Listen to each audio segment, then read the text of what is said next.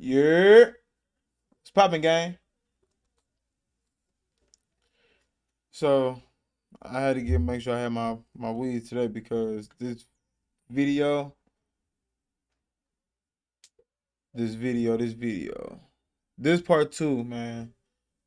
To that they hit her body in the mattress. Like I said, bro. I'm getting tight just thinking about it. But before we get to that, I want to give a special shout out to my big sister. Y'all see the books back there at the bottom. What's that? The left? Left. Yeah, I'm slow too. It's cool. I graduated though. Yeah, I gotta graduate. Um, then at the bottom left, bro. I'm so mad though because okay, so what I use right to do this, all of this, is like had a weird echo to it, so you can hear me like 4, 5 times. So I had to change that. Well, get that fixed. I'm gonna say that because I didn't do it. I had to get that fixed. But like I said, this part two. Don't forget, like, unlike. Unlike, dislike is up to you. I don't really care. But give me some type of reaction because I'm giving you a reaction. You know what I'm saying? Uh, comment, share. Heavy on the share, heavy on the subscribe. All right. But like I said, we gonna dive right into this thing. Ain't no ain't no point of waiting. Yeah, I'm here. Uh the time I remember was what, 9:17? Yeah, okay, so it jumped right back into it. So I'm gonna do oh, oh. Make sure y'all go get y'all got y'all blunts, bowls, cones, papers, whatever you need. You feel me? Because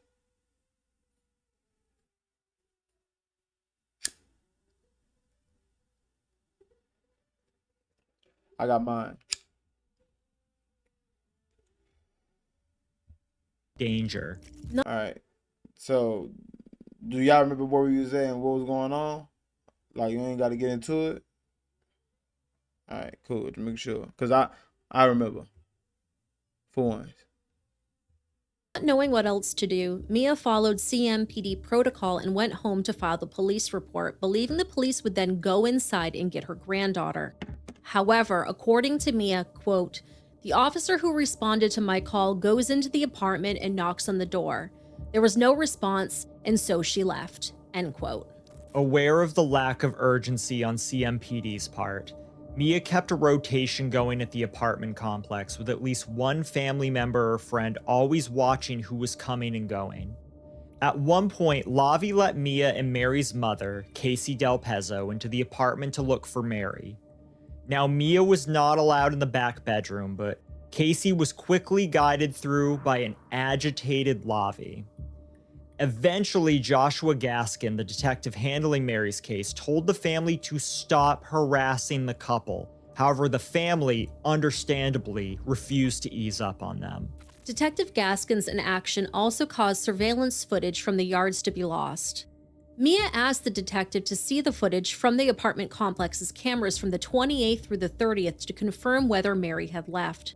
Now, according to Mia, Detective Gaskins told her they would need a warrant, though she found out later that that information was inaccurate. On April 3rd, Mia was given permission by the complex's corporate office to view the footage without a warrant. By this time, however, a new month had started. March 28th had been completely erased. Overall, Detective Gaskin did not take Mary's case seriously at all. I was just gonna say that. So they not taking her case serious. Are they responsible too, or no? Because I feel like they responsible too, bro. Because this is why I say that. This is why I say that again. Hear me out. I say that because just like that Gabby Petito case, I really hope I said her last name right. But just like that case, they failed her. You know what I'm saying? Now just say hypothetically she wasn't, but let's just say hypothetically she was still alive. You mean to tell me her grandma got you out of there that nobody's answering? She could be in, mind you, she's not, but we just say hypothetically she in there clinging to life. You know what I'm saying? She's not really alive. You know what I'm saying? But she could be saved still. So we are. You know what I'm saying? You gotta think hypothetically with me. They go knock on the door, nobody answer. Well, nobody's home, so we leaving.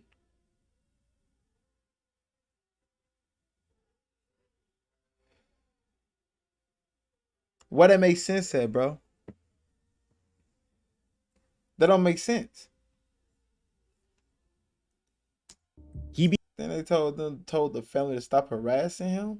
Man, we gonna keep harassing him. Became exasperated with the family, even once blurting out to Mia, "Do you understand that she's not in there?" This game, you're not ready for it. Despite countless family members begging for help, Detective Gaskin took one tip seriously. My mic According to Mia, somebody called in and told the detective that Mary had done this before and that she runs off with guys all of the time. Not only was this allegation not true, but was nearly impossible given her disorder. I was just gonna say, don't she got a complex, bro? I was just finna say that. I was just finna say, am I tripping or do she got a complex? Cause how she just running off with people, bro? She's not gonna just run off with people because there's always supposed to be somebody with her. So I'm saying, make it make sense, bro. Make it make sense. And neither Detective Gaskin nor any other CMPD officials ever called to confirm the claim with them. Around the same time, Jimmy Salerno became loose-lipped and began bragging about the crime to others. He even went as far as to claim that he had pictures of Mary's body on his phone.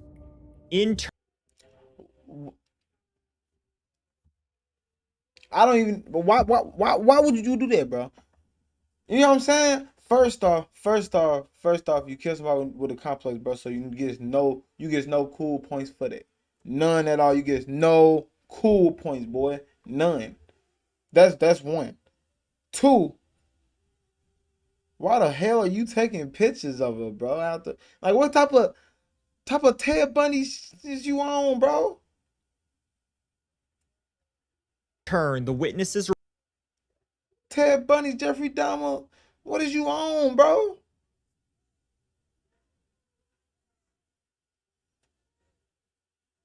Now that I think about it, that was Jeffrey Dahmer on it. Yeah. Y'all know what I meant. Reported their findings to the CMPD on April 2nd. They then met with Lavi Pham at the couple's Noda apartment, and they were allowed to conduct a search.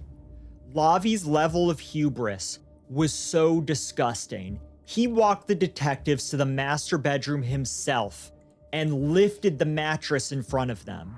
There was no Mary, and believing that she wasn't in the apartment, the police left empty-handed. On April 4th, the witness that had... Oh, yeah, because she's in the mattress. They didn't smell it?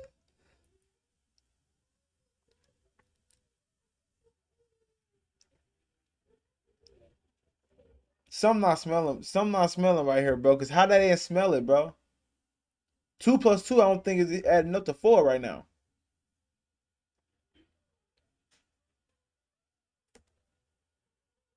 filed the report contacted them back along with handed. On April 4th, the witness that had filed the apartment in front of them. There was no Mary, and believing that she wasn't in the apartment, the police left empty-handed. So did they have her under the mattress or in the mattress? Because they say they had her her body in the mattress. But he lifted it up in front of them. So is her body really in the mattress, or did her body go under the mattress and they just took her body out and cleaned it? I'm confused now, bro. On April 4th, the witness that had filed the report contacted them back along with a second witness, insisting that Mary was indeed in the mattress. The CMPD returned to the yard, this time armed with a search warrant. When they opened up the mattress, Oh, okay. So she was in the mattress. second witness, insisting that Mary was indeed in the mattress. In the mattress. Okay, not The under. CMPD returned to the yard, this time armed with a search warrant. So now they get the search. When they and they opened up boy. the mattress, they found Mary's body wrapped in a black trash bag, which had been extremely well concealed. Mary's bank card and ID were hidden in the bedroom under a stack of papers, and blood was located throughout the master bedroom and bath. Saran wrap, duct If it's which bedroom? and blood was located throughout the master bedroom My point is that. So he took y'all back to the master bedroom and y'all don't see no blood, but it's blood all throughout the room. How y'all didn't see no blood, bro? Just because he lifted up the mattress don't mean y'all don't look around. Y'all police. So I say don't call the police, bro. Call your people. and bath. Saran wrap, duct tape, and a box of contractor-grade trash bags were also located in the apartment. This same day, Lavi posted a picture to his now banned Twitter account of a cartoon duck holding a knife with one single word: yes. Kelly Lavery, Lavi Pham, and Jimmy Salerno were arrested on April 5th and got charged the with death homicide, kidnapping, and concealment of a death. The couple were arrested in their apartment, with Kelly being so intoxicated from drugs that police had to shake her to wake her up. Jimmy was taken into custody at his home in the University neighborhood. Jimmy was also charged with driving while impaired and possession with intent to sell or deliver Schedule II drugs. It was not listed exactly what drugs he had on him.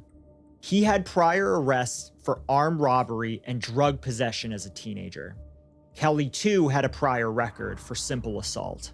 America Deal turned herself into authorities in Colorado after learning that an arrest warrant had been issued. She was charged with felony accessory after the fact and concealment of a death, and was extradited back to North Carolina. She bonded out on September 18, 2021, and is now living with family in Clover, North Carolina. As of the date of this recording, only Kelly Lavery has been convicted, and it was because she took a plea deal. She pled guilty to second-degree. Whoa. So the rest of them fought it and walked, basically, bro? Everybody else out? Wait. Did I hear that wrong, bro? Family in Clover, North Carolina. As of the date of this recording, only Kelly Lavery has been convicted, and it was because she took a plea deal.